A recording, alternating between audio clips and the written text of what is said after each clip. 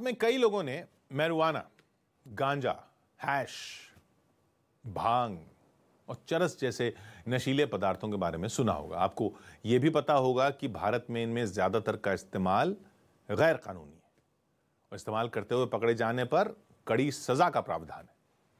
2020 में जब सुशांत सिंह राजपूत ने आत्महत्या कर ली थी, तब हिंदी फिल्म इंडस्ट्री में गांजे और हैश के इस्तेमाल को लेकर बहुत विवाद हुआ था। आरोप लगे थे कि फिल्म इंडस्ट्री के कई लोग इन ड्रग्स का इस्तेमाल करते हैं। लेकिन क्या आप जानते हैं कि 1985 तक भारत में गांजे के इस्तेमाल पर कोई रोक नहीं थी। अमेरिका और संयुक्त राष्ट्र के दबाव में 1985 में भारत में इसे गैर कानूनी घोषित कर दिया गया। तब भारत में राजीव गांधी की सरकार थी। दरअसल 1960 के दशक में अमेरिका में ड्रग्स के खिलाफ एक बड़ी मुहिम शुरू हुई। इसके बाद 1961 में संयुक्त राष्ट्र की एक संधि के तहत गांजे के इस्तेमाल को लेकर कड़े नियम बनाए गए और तय हुआ कि सरकारें इसका इस्तेमाल रोकेंगी। लेकिन 1985 तक भारत ने इस संधि पर हस्ताक्षर नहीं किए थे। लेकिन जब अमेरिका ने दबाव बढ़ाया तो भारत ने इस संधि पर हस्ताक्षर कर दी। उसी साल भारत सरकार ने narcotic drugs and psychotropic substances act पास किया और हशीश, गांजे और चरस पर प्रतिबंध लगा दिया। इस कानून के तहत अगर भारत में किसी के पास चरस या गांजा बरामद होता है तो उस पर 10,000 रुपए का जुर्माना, 1 साल की सजा, जेल की सजा हो सकती है। अगर कोई इसके गैर कानूनी व्यापार में शामिल पाया जाता है तो उसे 10 साल तक की सजा हो सकती है। लेकिन आज की स्थिति यह है कि खुद अमेरिका के 28 राज्यों में अब गांजे के इस्तेमाल को गैर कानूनी नहीं माना जाता। इतना ही नहीं, कनाडा में भी गांजे का इस्तेमाल अब गैर कानूनी नहीं है। गांजे पर प्रतिबंध हटाना कनाडा के प्रधानमंत्री जस्टिन ट्रूडो के सबसे बड़े चुनावी वादों में एक था। इसके अलावा उरुग्वे, नेदरलैंड्स, चेक रिपब्लिक, स्पेन, दक्षिण अफ्रीका, जमैका, कोलंबिया, दुनिया के करीब 15 देशों में वीड का इस्तेमाल अब गैर कानूनी नहीं है। और इस लिस्ट में नया नाम जुड़ा है थाईलैंड का। 2018 में थाईलैंड ने दवाओं में कैनबिस के इस्तेमाल की इजाजत दी थी। कैनबिस उस पौधे को कहते हैं जिससे भांग, गांजा और चरस हासिल होते हैं। लेकिन अब थाईलैंड आम लोगों को भी इसके इस्तेमाल की इजाजत देने जा रहा है और अगले महीने थाईलैंड में गांजे पर लगे सभी तरह के प्रतिबंध हटा लिए जाएंगे। गांजे को बढ़ावा देने के लिए थाईलैंड की सरकार अपने देश के लोगों को गांजे के 10 लाख पौधे बांटेगी। थाईलैंड इसकी खेती को बढ़ावा देना चाहता है और अब थाईलैंड में लोग मेडिकल ग्रेड गांजे का निजी इस्तेमाल भी कर पाएंगे। इसके अलावा लोग छोटे स्तर पर इसका व्यापार भी कर पाएंगे। यानी अब थाईलैंड में लोग रिक्रिएशनल गतिविधियों में गांजे का इस्तेमाल कर पाएंगे।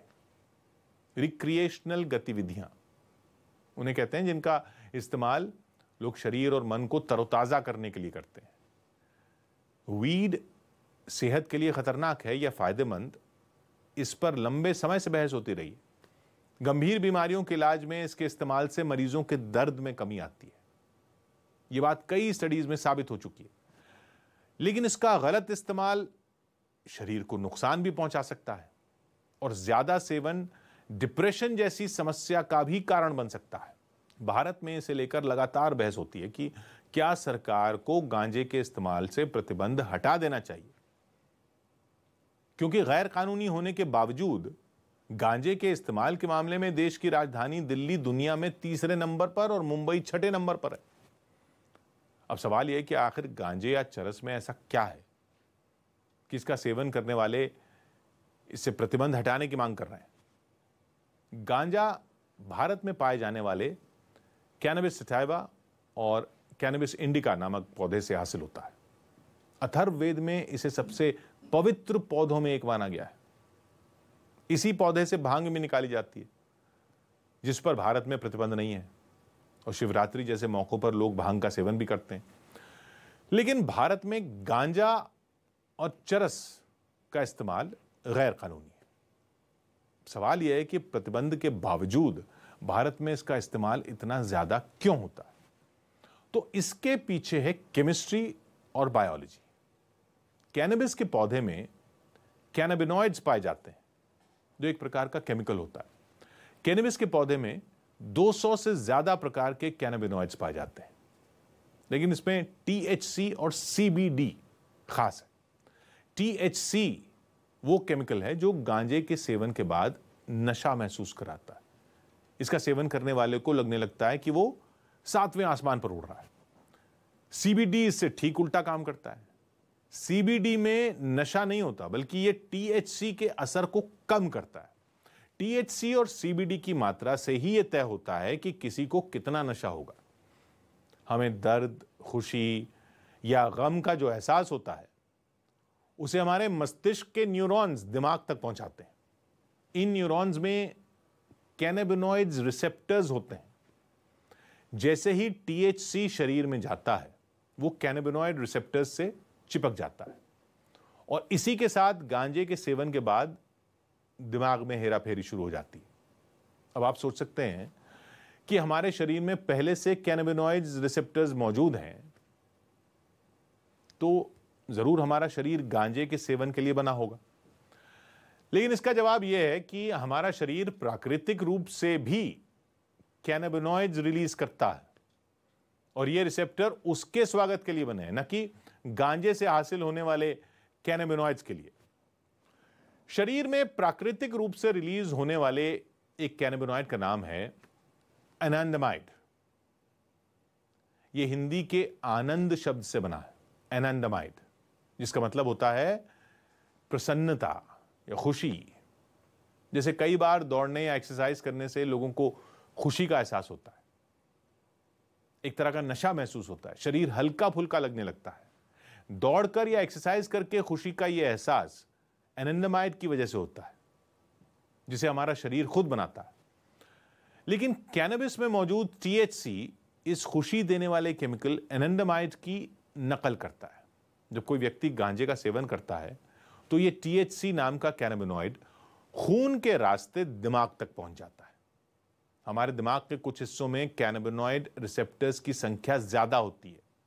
ये हिस्से हैं हिपोकैम्पस, सेरेबेलम और बेसल गैंग्लिया। जब THC और CBD दिमाग के इन हिस्सों में पहुंचते हैं तो इनमें मौजूद रिसेप्टर सक्रिय हो जाते हैं। दिमाग के ये हिस्से याददाश्त, भावनाओं, शारीरिक गतिविधियों, व्यवहार, स्पीच और दर्द और खुशी के एहसास के लिए जिम्मेदार होते हैं। इसलिए जब कोई व्यक्ति गांजे का सेवन करता है तो उसकी ये सारी गतिविधियां प्रभावित हो जाती हैं। गांजे के दुष्प्रभावों पर बहुत ज्यादा स्टडीज नहीं हो पाई हैं, लेकिन वैज्ञानिक एक बात को लेकर सहमत हैं कि अगर बहुत कम उम्र में इसके सेवन की आदत पड़ जाए तो मस्तिष्क का विकास प्रभावित होता है और इसका जरूरत से ज्यादा सेवन करने से इस पर निर्भरता भी बढ़ जाती है और व्यक्ति अवसाद में चला जाता है, डिप्रेशन में। जो लोग भारत में गांजे पर प्रतिबंध हटाने की बात करते हैं, उनका तर्क है कि गैर कानूनी होने की वजह से लोग खराब क्वालिटी के कैनबिस का इस्तेमाल करते हैं और इससे उन्हें नुकसान होता है। लेकिन कुल मिलाकर बात इतनी है कि नशीला पदार्थ नशीला होता है। इसकी लत किसी के भी जीवन को बर्बाद कर सकती है। इसलिए क्षणिक खुशी के लिए अपने जीवन को संकट में डालने से बचिए। तो आज टॉकिंग पॉइंट में इतना ही।